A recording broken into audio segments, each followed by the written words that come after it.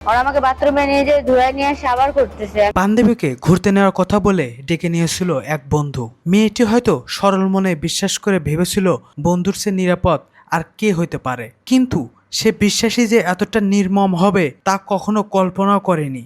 তামিম হচ্ছে আমার ফ্রেন্ড হয়, তামিমের সাথে গেছিলাম। ও আমাকে এমনি ঘোরার নাম করে নিয়ে গেছে, যে বলছিল যে ঘুরতে যাব চল, তো আমিও গেছি। তো পরে ওরা আমাকে ওইখানে নিয়ে গেছে, মানে আমাকে ধর্ষণ করা হয়েছে। ওরা তিনজন মিলে আমাকে মানে জোর জবরদস্তি করে ধর্ষণ করছে। নির্জন এক অন্ধকারে নিয়ে তিন বন্ধু মিলে তারপর চালানো হয় পাশবিক নির্যাতন। একটা সময় মেয়েটির যন্ত্রণায় ছটফট করতে করতে পুরোপুরি অসুস্থ হয়ে পড়ে, কিন্তু সে নরপশুদের এতটুকু দয়া হয়নি। অসুস্থ মেয়েটিকে বাথরুমে নিয়ে গোসল করিয়ে এনে আবারও তারপর চালানো হয় নির্মম ধর্ষণ। আমি যে অসুস্থ হয়ে পড়ছি ওরা ওটা দেখেই না, ওরা আমাকে জোর করে মানে করতেছে। আমি যে কতবার করে নিষেধ করলাম, ওরা আমাকে বাথরুমে নিয়ে যেয়ে ধুয়ে নিয়ে এসে আবার করতেছে। টানা 3 ঘন্টা ধরে একটি অসহায় মেয়ের উপর চালানো হয় এমন বর্বরতা।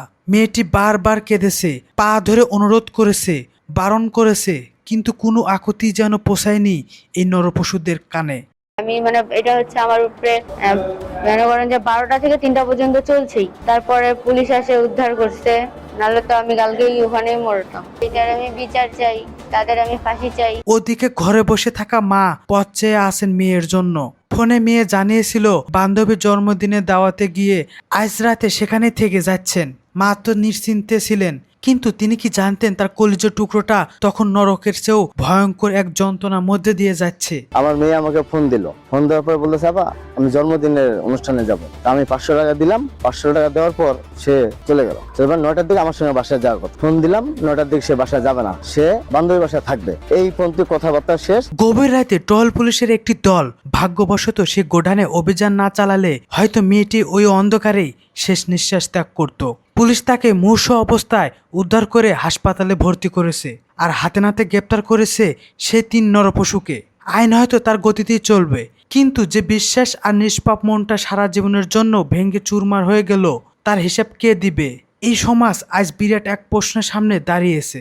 আমরা শুধু একটাই দাবি জানাতে পারি, এই নরপশুদের যেন এমন দৃষ্টান্তমূলক শাস্তি হয় যা দেখে আর কোনো নরপশু কোনো অসহায় মেয়ের সরল বিশ্বাস নিয়ে খেলার সাহস না পায়। তার সাথে কন্ট্রাক্ট হয়েছিল মোবাইলে যোগাযোগ, টিকটকের মাধ্যমে যোগাযোগ, 7 দিনের পরিচয়। এই ফ্রেন্ড হিসাবে ঘুরতে গেছিল, তো এইভাবে নিয়ে যায় সে এবং তার 2 জন বন্ধু সহ তাকে গণধর্ষণ করছে। তো আমি এর কঠোর শাস্তি চাই। ঘটনাটি ঘটেছে ঠাকুরগাঁও জেলা সদর উপজেলার কালীতলা বাজারের একটি অন্ধকার গোডাউনে, যা মামলার দ্বিতীয় আসামি রনির বাবার মালিকাধীন একটি ব্যবসা প্রতিষ্ঠানে।